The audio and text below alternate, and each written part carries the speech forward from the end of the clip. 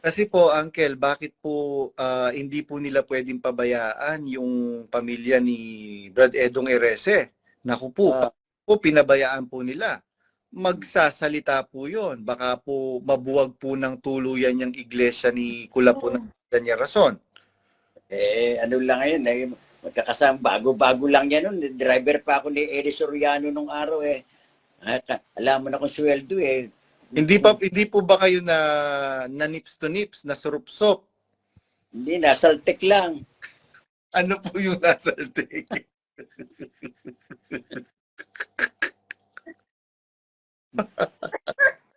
Ano po yung nasa take? Saltik. Ano po yung nasa take lang? Sinultik.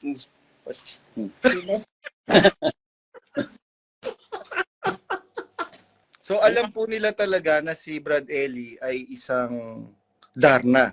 Sipin mo nga eh. Kung ano gusto sa'yo, wala ka ng silbi. Mm. Para kang saging. Binalatan saging, kinain ng laman, tapong ka sa basura. Tanong kung ano alam ko, sasabihin ko kung ano pagkatao nila dyan. Dahil bata pa kami, magkakita kami lahat ng mga yan sa Pag-asa. At gusto niya, sasamahan ko kayo doon sa lugar na pinuntahan nila, magtanong kayo rin, mag-imbestiga kayo kung talagang doon galing yan. Project 8 po ba yun? Project 6? Hindi, Pag-asa, tapat ng Project 6. Oh, yun. Sa tapat ng Project 6. Yun po sinasabi po ninyo. Yung sa SM West, sa likod ng SM West, doon sa dulo sila, sa creek.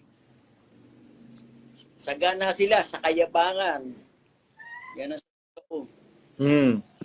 Ayun po. Alam ko po yun na kasi lagi po ako kasama nila nila. Isipin mo si Edong, di ba? Edong driver lang nila. Opo, si Edong Kalkal, Brad Edong Ereste. Ngayon, buwan-buwan yata, sumusweldo dyan may pala yan may sweldo pala rin ng buwan-buwan na may sobre. Opo, may allowance po yan. Allowance ngayon. Lahat raw ng binibigyan ng allowance yata ang buwan-buwan, matagal na dyan. Ang sabi ko rin sa kay Buga, bet ka ko ikaw? Meron ka ba wala. Ito mga kako yan yung mga tsuwari-wari, meron sila. Bakit tagal mo na rin at kundi dahil sa lahi natin, di man umangat ang mga buhay ng mga yan. Kasi po, Uncle, bakit po hindi po nila pwedeng pabayaan yung pamilya ni Brad Edong Erese? Naku po, pinabayaan po nila. Magsasalita po yon. Baka po mabuwag po ng tuluyan yung iglesia ni Kulapo ng Danya Rason. Ano lang ngayon, magkakasama, bago-bago lang yan nun. Driver pa ako ni Eddie Soriano nung araw eh. Alam mo na kung sweldo eh. Hindi po ba kayo na nips to nips, na surup-sup? Hindi, nasaltik lang. Ano po yung nasaltik?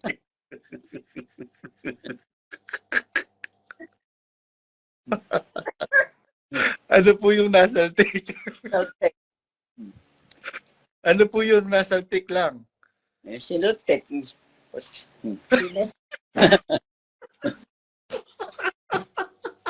Ano ba?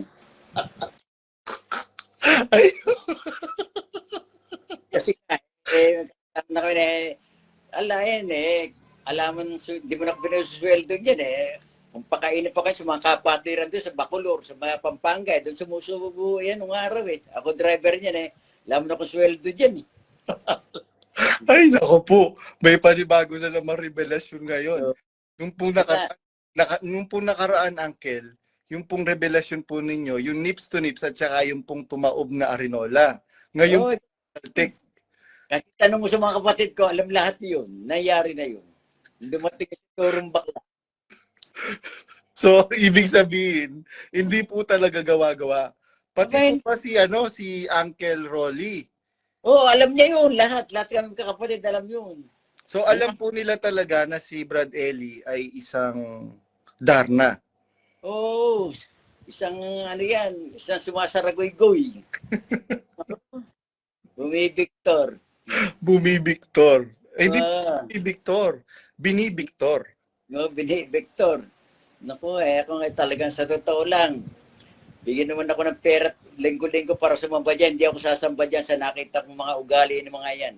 Opo. Hindi sa mga ugali niyan.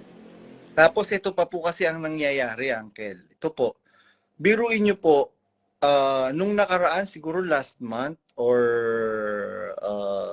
2 months ago, si Sunny Catan, nanawagan po siya sa kapatiran. Mga kapatid, sana po magtulong-tulong po tayo para po maipaayos po natin yung air conditioning system ng ating pong chapel. Dahil po sira. Kamakailan, siguro 2 days ago, namigay na naman ng mobile yung pong service sa PNP. Yung pong pamangkin niyo po na mahilig magpabibo. Sa mga pulis, Nagbigay ng service. Alam mo talagang tunay na mayaman ha. O kala mo tunay na mayaman. Samantalang yung kanilang kapilya na sentral na kapilya, hindi po nila maipaayos. Tulad na, alam mo, may pagsambarit, may pasalamat. Bakit nakapasok yung malakul sa ulo dyan? Sipin mo nga yan. Ibig sabihin po, sabi ko nga po doon sa kapatid ni Brad Josel Malyari, na si Sis Mary Ann Malyari. Kaibigan ko po kasi yun Sabi ko, parang wala na ang Diyos talaga dito. Biruin mo. Nung time ni Brother Eli, napakaluwag ng security pero walang ganyang insidente. Pero bakit ngayon?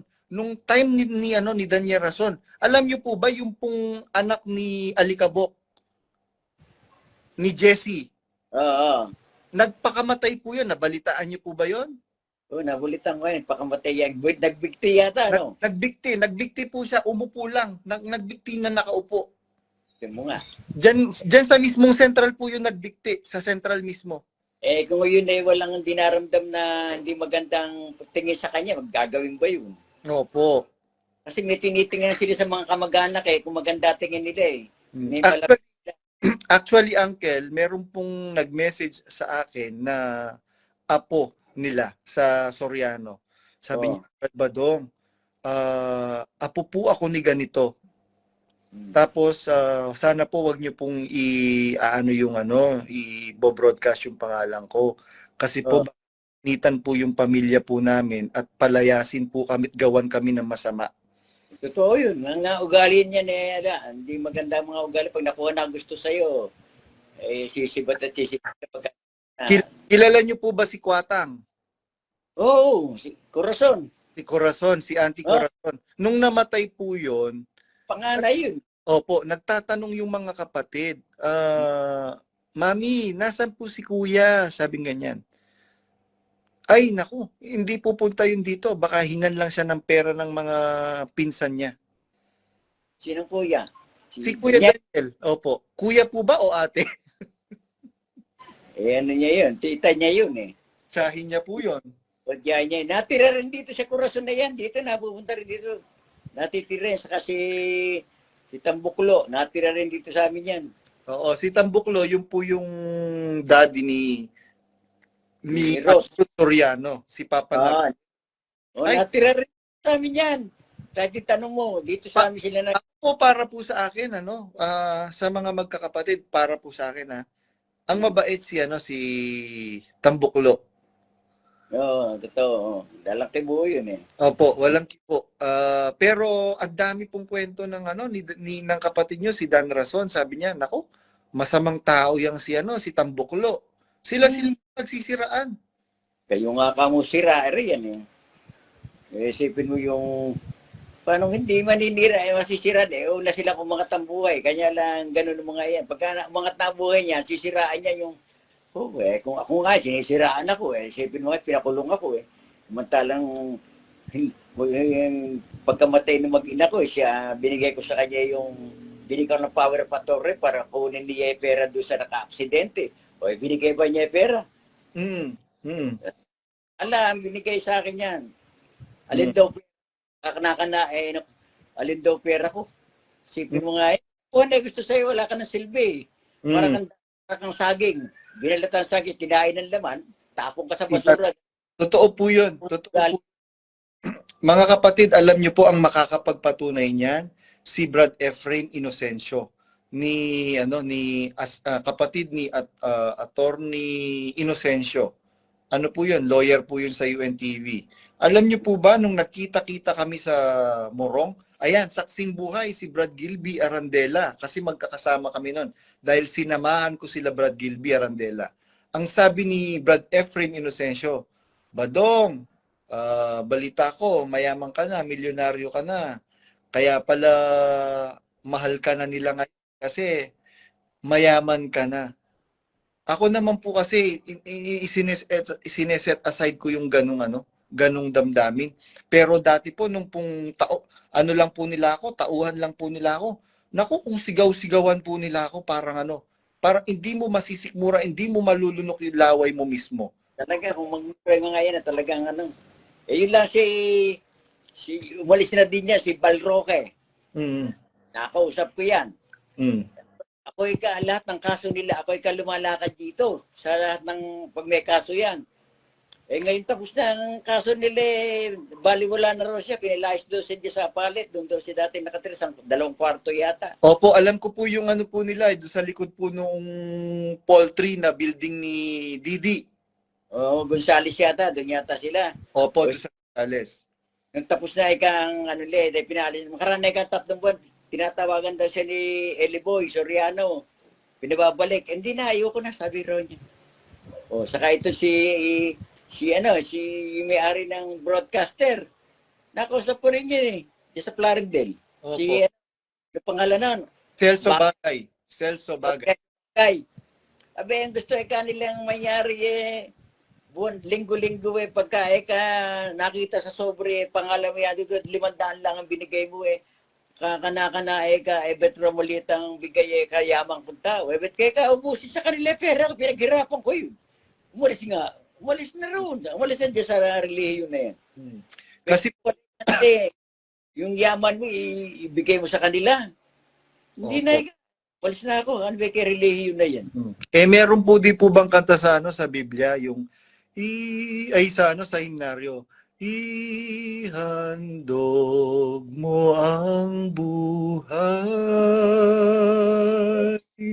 ipaglingkod ang yaman,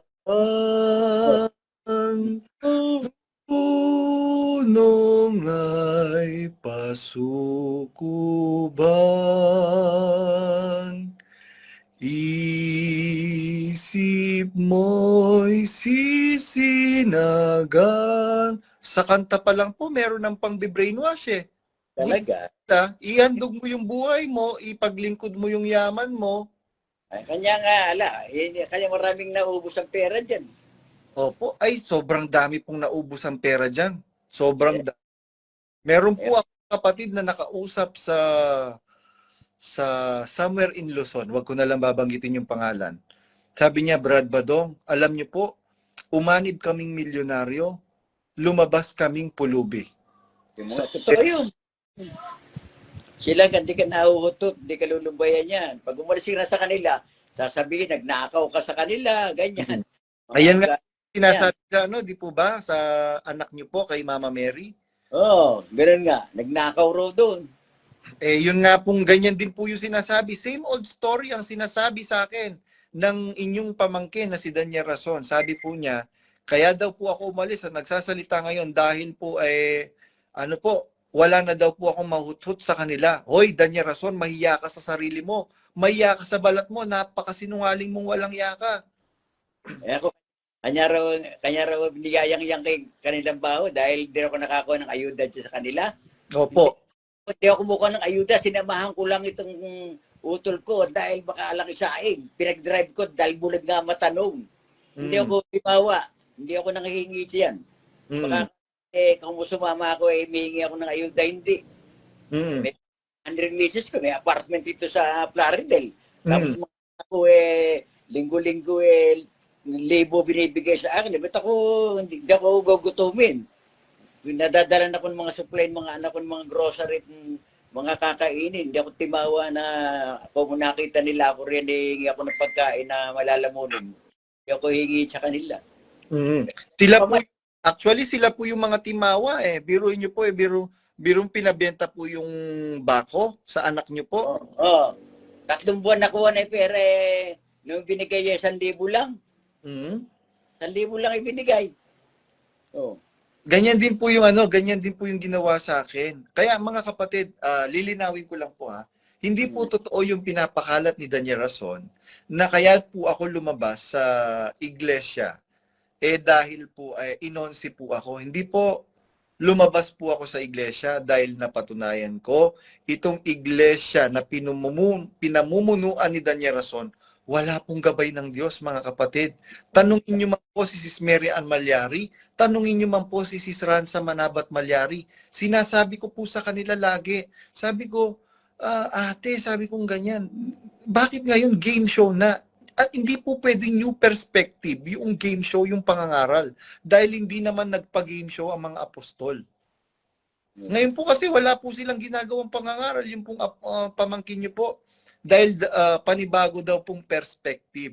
At ganito po, Uncle, ang sinasabi po kasi ni Brad Eli. Mga kapatid, hintayin nyo pag namatay ako. Ililipat yung espiritu at karunungan na nasa akin kay kapatid na Daniel. Biro nyo po, 4 na taon mahigit na pong patay si Brad Eli.